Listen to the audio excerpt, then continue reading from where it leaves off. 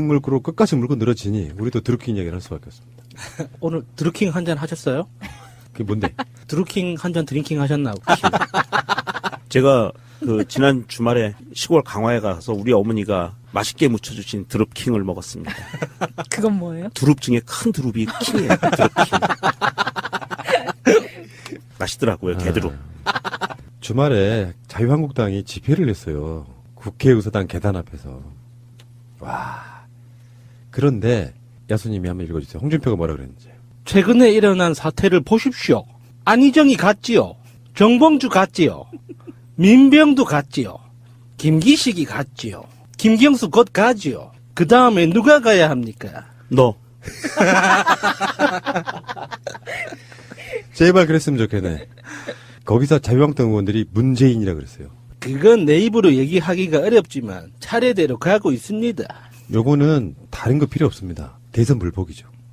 얘들이 만들어낸 논리는 지난 대선 때 드루킹이 댓글 작업을 했으니까 문재인 대통령은 이미 대통령이 아니다라고 하는 일종의 문재인 대통령 탄핵 음모예요. 근데 지금 당장 홍준표는 그건 내 입으로 이야기하기 어렵지만 이라고 표현하는 것처럼 조심스럽지만 대선 불복이죠.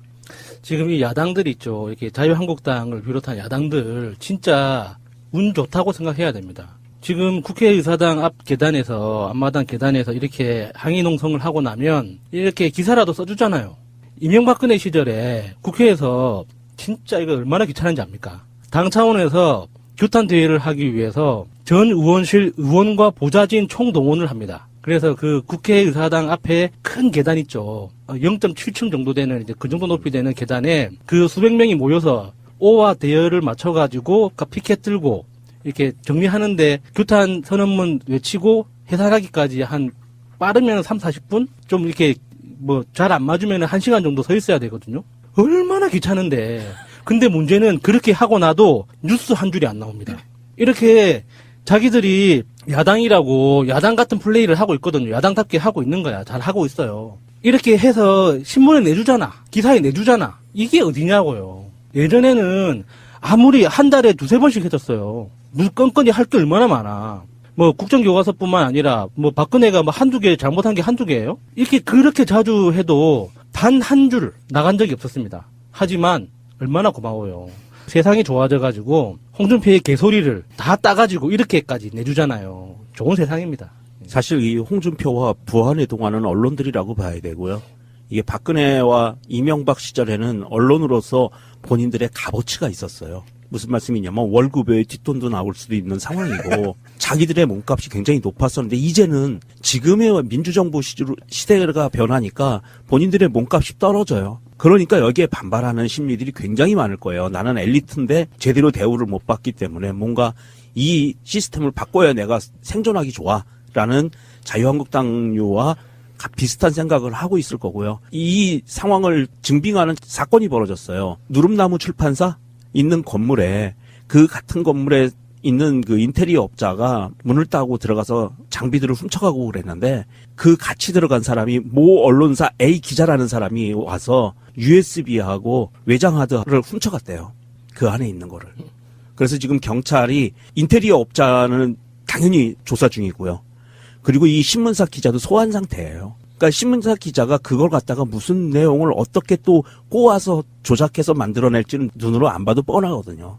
지금 이런 상태예요. 언론사 기자가 도둑질을 했다는 거죠. 이거 누가 제보해서 받은 게 아니라 그 인테리어 업자와 같이 들어가서 물건을 훔쳐나왔다는 거니까 지금 언론의 생태가 현재까지도 전혀 변하지 않았다. 이 언론들은 본인들의 생존을 위해서 열심히 기사를 쓰는 것뿐이지 어떤 나라의 앞날, 국민들의 앞날, 그리고 진정한 그 미래를 위해서 기사를 생산하는 사람들이 전혀 아니다라는 생각을 굳힐 수밖에 없어요. 각종 뉴스나 보도 채널이나 종편을 통해서 끝없이 많은 드루킹 사건의 보도가 쏟아지고 있잖아요. 심지어는요, 일주일 사이에 박근혜 뽑히던 그 대선에서 댓글 조작 관련한 뉴스 있죠. 네. 그 뉴스에 육박하는 정도의 기사량이 나오고 있다는 거예요. 무엇을 말하느냐? 민주정권이 만만한 거죠. 박근혜 정권 같은 경우는 어떻게 탄압될지 모르니까 조심스럽게 써서 그게 몇 달 동안 아니지 1년, 2년 이슈가 될 때 총 기사량이 1000건이 좀 못 되는데 지금은 이미 1000건이 육박하고 있다. 그 정도로 자유민주주의를 누리시는 분들이 자유민주주의를 못 누리게끔 일정했던 부역하신 분들이 열심히 지금 기사를 만들고 있는 그런 구조라고 보시면 되고요. 그런데 여론조사를 해봤어요. 드루킹 특검에 대해서 이제 지금 야당이 주장하는 특검은 선거용이죠. 특검이 만들어지면 그걸로 이슈화시켜서 선거 때 득을 보겠다는 의도에서 지금 특검 주장하고 있는데, 그리고 이슈가 되니까 여론조사에서 물어봤죠. 특검 어떻게 생각하십니까? 찬성이 38.1%, 반대가 52.4%입니다. 그런데 이게 나이 드신 분들한테는 뭔가 매크로라던가 드루킹이라든가 이런 단어조차가 생소하고 사실 매크로까지 알 필요가 없잖아요. 그래서 돌아다니는 얘기를 보니까 식당에서 어떤 분이 들은 얘기를 쓴 건데, 옆에 있던 할아버지가 드루킹인가 제가 뭘 했다는 거요? 라고 물으니 옆 사람이 문재인을 욕하다가 잡혀갔어요. 그랬더니 근데 안철수랑 홍준표는 왜 저 난리야? 하니까 모르겠어요. 같은 편인가 봐요. 이렇게 대화가 마무리됐다는. 아까 제가 보도 횟수를 말씀드린 이유가 이렇게 언론들이 난리를 치고 있는데 심지어는요 경향이나 한겨레까지도 사건 핵심이 뭔지를 모르더라고. 이따가 그 얘기 다시 하겠습니다만 그렇게 난리를 치는데도 문재인 대통령 지지율은 1% 올랐고요. 그래서 67.8%고 민주당 지지율도 2.7% 올랐어요. 53.1%고 네. 자유한국당도 올랐습니다. 0.1%인데 22%, 0.1% 올라서 22%입니다. 그 야당이 그 드루킹 사건을 가지고 특검 주장하는 거는 그 사건 사안 자체가 특검을 할 만한 사안이기 때문에 해야 된다는 의도는 절대 아니에요. 그 사람들도 이제 바보 멍청이니까 모를 수도 있지만 그 정치를 하는 사람으로서 이게 특검 사안이 아니라는 건 알고 있어요. 특검법을 제출한다고 해서 그게 통과될 리도 없다는 거를 잘 알고 있고, 그러면 왜? 그러니까 그림 자체를 만들고 싶은 거죠. 드루킹 특검 해야 된다. 그러면 여당에서는 안 된다고 반박할 필요가 없는 거예요.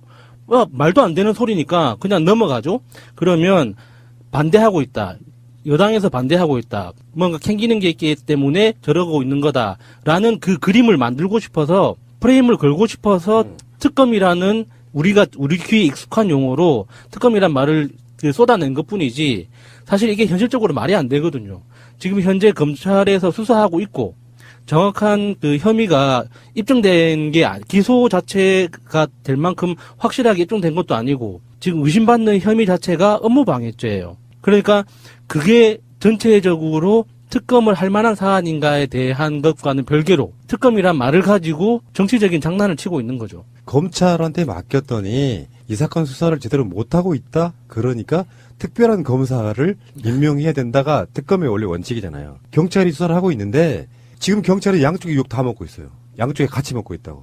저쪽에서는 경찰이 뭔가 숨기는 것 같다. 이쪽에서는 왜 수사 정보를 자꾸 흘리냐. 느낌은 그런 거 아니에요. 자유한국당하고 TV조선이 일부 경찰과 공조한 느낌도 나요. 근데 지금 이게 검찰로 넘어간 상황도 아닌데 특검부터 주장하는 거예요. 일단은 그런 것이고. 이게 사실 여론조사에서는 이 드루킹 사건에 대한 특검 조사가 가는 게 맞냐 안 맞냐 이렇게 여론조사를 한 게 아니고요. 정확한 팩트를 보면 두 가지를 물어본 겁니다. 드루킹 사건에 대해서 검찰 조사로, 검찰 수사로 충분하다고 생각하느냐, 아니면 검찰 수사로는 부족하니까 특별검사를 도입해야 된다고 생각하느냐, 이렇게 물어본 거고요.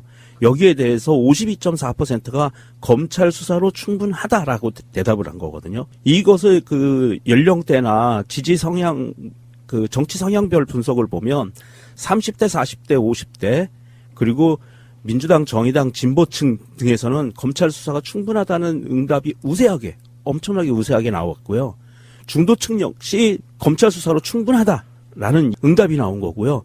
TK 지역, 그리고 20대, 60대, 요 한국당, 자유한국당, 바른미래당 지지층에서만, 특히 이제 보수층이라고 하는 부분에서만 특검 도입이 약간 우세하게 나온 거예요. 그것이 이제 결과적으로 보면 52.4대 38.1로 나온 거고요. 이건 실제로 전반적인 여론 형성이 된 것을 보면 아마도 60대 30 정도로 벌어지는 여론조사인 것 같아요.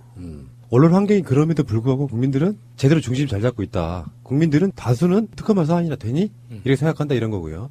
잠시 후에 또 다른 이야기 하겠습니다. 자, 지금 나오고 있는 이야기 중에 두 가지 있죠. 두 가지. 안철수의 이야기하고 아웃링크법. 김경수 의원이 보내줬다는 URL 중에는 언론사 홈페이지로 바로 가는 것도 있었잖아요. 댓글은 포털에다 한꺼번에 모아가지고 이게 어떤 소그룹의 원상이 되게 하지 말고 직접 언론사 홈페이지에 달게끔 만들어주자. 이게 아웃링크예요. 두 번째는 아예 안철수 방식인데 아예 댓글을 달지 못하게 하자. 왜 포털에 댓글을 달아야 돼 우리가? 근데 안철수 이야기도 우리가 앞뒤 잘리고 하는 이야기인데 뭐 안철수 이야기는 이런 겁니다. 포털이 뉴스 장사를 하면서 댓글까지 하는 것 저는 일맥상통한다고 봐요. 포털에는 기사만 노출해주고 댓글을 달고 싶으면은 언론사 홈페이지로 가는 것이 맞다. 자꾸 분산이 돼야 네이버만 몰려 있으면 모든 기사를 접할 수 있고 하는 그건 없었죠. 저는 방향성은 맞다고 생각하거든요. 예, 그러니까 제가 예전에도 한번 말씀드렸는데 네이버가 얼마나 악랄한지 그리고 네이버도 대관 직원이라 그래서 국회 직원을 보내고 있다고 했잖아요. 삼성이 로비하듯이 네이버에서도 그 관리하는 직원이 있거든요. 지금 이런 사태를 미연에 방지하기 위해 한 거죠. 아웃링크법이라는 논의되고 있는 이 말 자체가 네이버로서는 최악인 거예요. 인터넷 비즈니스를 하는 분들한테는 트래픽이라고 해서 방문자 숫자 있죠. 트래픽이 곧 돈이거든요. 트래픽의 숫자만큼 광고 매출을 기대할 수가 있는 거예요. 그런데 이 아웃링크법을 통해서 우리가 이제 인터넷 기사를 보기 위해서나 댓글을 보기 위해서 솔직히 인터넷 기사보다 댓글이 더 재밌잖아요. 그래서 댓글을 반드시 보는 매니아층이 늘어나면 늘어날수록 네이버의 트래픽은 계속 올라간단 말이죠. 그런데 그걸 각 신문사로 돌리자 그러면 네이버 입장에서는 가만히 앉아서 생돈 뜯기는 거거든요. 그러니까 네이버 방식이 인링크 방식인 거죠. 예, 여기서 예. 말하는 거. 그리고 네이버로 아웃링크, 다 모아가지고 모든 사람이 네이버로만 오도록 만드는 그리고 거. 아웃링크는 구글처럼 예. 기사 헤드를 누르면은 그 신문사로, 신문사로 예. 바로 가는 거예요. 예. 이명박근혜 정권 9년 동안 이쪽 진보적인 생각을 갖고 있는 사람들이 외쳐왔던 내용들이에요. 그리고 사실 민주당에서도 새정치민주연합 때도 그렇고 이것을 계속 요구해왔던 거거든요. 그러니까 네이버의 전횡과 폭압적인 방법에서 좀 벗어나자. 왜 포털이 기자 한 명도 두지 않고 뉴스 생산을 하는 효과를 똑같이 맛보려고 하느냐. 이건 불공정하다. 이거를 계속 주장해 왔었어요. 진보적인 사람들은 계속. 그런데 이거를 또 안철수 씨가 봤네? 야, 이 사람은 정말 왔다 갔다 이게 정체성이 어떻게 되는 건지 모르겠어요. 본인의 정체성에 맞으려면 사실은 아니다. 네이버는 더 견고하게 하고 네이버를 해킹하지 못하게 하는 법안을 만들어야 된다. 이렇게 나와야 되는데 이 사람은 확실히 표의 향방에 따라서 좌충우돌하는 스타일이에요. 지상파 3사 조중동, 한경호 최고 언론사 누굽니까? 새날. 네이버죠. 취재는 10원어치도 안 하는데 네이버가 가장 큰 언론사가 돼버렸죠. 요런 부분인 것 같고요. 사실 인터넷 초창기 때는 대부분 다 언론사 댓글을 달았어요. 언제부턴가 네이버나 다음으로 모여들었지. 댓글을 달 수 있게 해줘가지고. 우리도 그런 얘기 하잖아요. 새날이 방송 만들어서 올리죠. 그러면 거의 1, 20분 안에 유튜브에 우리 계정 말고 공식 계정 말고 올라옵니다. 근데 심지어 이 사람들이 불법으로 홍보하면서 우리 팟빵 게시판에다가 그걸 링크를 홍보를 해요. 뭐 이런 분이 다 계십니까? 이건 상도덕이 아닌 거지. 지금 유튜브 하시는 분들이요. 분명히 빨리 올리시다 보면 제가 지금 한 말을 자르지도 않고 올려서 나중에 본인들 방송에 나갈 텐데 새날이 만들어주는 내용을 유튜브라고 하는 곳에 낙수 효과를 누리시는 분들 저는 100% 찬성을 하지 않지만 연대 차원에서 그냥 이해를 해드리고 있는 부분이 있는데 나 또 열받네. 아씨. 나 지금 무슨 경찰서 문제가 안 끝나가지고요. 내일은 내가 직접 경찰서도 가야 되고 국회도 가야 되고 막 그래요. 우리 때문이 아니야. 제목 세게 달아서 그걸로 광고 붙여가지고 돈 버시는 분들이 최소한 우리 제목을 벗어나시면 안 되죠. 네. 어쨌든 간에 계속 그런 식이시라면 저는 그 모든 걸 다 저작권으로 올리시지 못하게 저는 할 생각입니다. 새날에서 저작권을 주장해서 공식적으로 대응을 하면요. 그동안 새날 방송을 마음대로 편집해서 방송하셨던 분들, 그동안 모으셨던 부가 축적된 부분 빼고도 지파르셔도 모자라요. 조심하세요. 아마도. 저희 유튜브 담당자가 그러는데 지금 저작권 신고를 하지 않은 상태에서 저희 방송을 퍼가서 쓰시는 분들한테 거기에다가 지금 피스 0427에 대해서 링크를 올렸더니 그 계정에서 그 채널에서 그 댓글을 지워버린다는 거예요. 아, 대단하신 분들이네. 이건 예. 진짜 아닌 것 같아요. 행복하시길 바랍니다. 예. 예. 그런데요, 이제 드루킹 사건의 얼개로 한번 들어가 봅시다. 주말을 기점으로 하여 모든 사건의 얼개를 깨달았네. 이해가 안 되는 부분이 단 한 가지도 없네. 득도하셨습니까? 그럼요. 드루킹 때문에 전 득도를 했습니다. 뭐냐? 이 사건의 핵심은 김경수 의원의 보좌관입니다. 그 보좌관이 나이가 좀 있던데. 자, 봅시다. 나오는 보도를 짜집기 하다 보면 그 사건의 그림이 좀 맞춰져요. 김경수 의원 보좌관, 돈 빌렸다는 그분 있죠? 예. 그 보좌관이 경공모 회원들이랑 굉장히 친하다면, 두 번째, 국회의원들의 모든 일정은 사실상 보좌관에서 결정되죠. 예. 국회의원이 개인한테 들어온 메시지를 통해서 나 어디 간다라고 할 수도 있지만 어떤 일정들은 대부분 보좌관이 결정하잖아요. 출판사에 몇 번 간 거든 그 모든 얼개 속에 주말에 정말 많은 언론들이 금전거래라는 이름을 갖고 누가 받았는지 안 받았는지를 헤드라인에 말하지 않은 채로 돈을 마치 드루킹이 돈을 받은 것처럼 뉘앙스로 보도를 해댔어요. 그렇지만 돈을 받은 사람은 김경수 의원의 보좌관이었죠. 이걸 채무관계라고 이야기하죠. 그래서 그런 이야기가 반론으로 나가니까 다른 언론들이 뭐라고 그랬느냐. 그 돈을 받았던 건 오사카 총영사를 부탁하는 청탁용이 아니냐라고 또 언론들이 돌려요. 500만 원 가지고요. 이 사람을 뭘로 보고 그러니까 좀 심하게 표현하면은 네. 김경수 의원 보좌관이 지역 활동이라든지 대선 활동 같은 걸 매개로 해서 드루킹과의 나름 인맥끈이 있었을 것이라고 봐요. 그거면 대부분 다 사건의 얼기가 이해됩니다. 그 중간에 그러네. 그 보좌관이라는 사람이 그 평소에 드루킹이 유명세를 타기 시작한 게 2010년, 11년이거든요. 그때 이게 예언적 성격의 장문의 글을 다음 아고라 같은데 많이 올려가지고 조회수가 굉장히 높았던 사람이에요, 드루킹이. 그래서 그런 유명세로 인터넷 카페를 만들어가지고 회원 모집하고 이렇게 지금까지 지내온 사람인데 그 글을 좋아하는 사람들이 있었거든요. 저는 초반에 몇 번 읽어보면서 이상한 사람이라고 생각해가지고 드루킹이라는 아이디는 무조건 패스를 했었는데 이렇게까지 성장한 줄은 완전히 진짜 꿈에도 모르고 있었어요. 성장해? 예. 그런데 그 보좌관이 그 드루킹이라는 그 아이디를 미리 알고 예전부터 아는 사람이었고 그 사람이 접근을 하니까 흔쾌히 받아준 거죠. 보좌관 입장에서는. 왜냐면 인터넷에서도 유명한 사람이니까. 그래서 그런 채무 관계가 만들어지지 않았나. 그렇게 예상을 하는 거죠.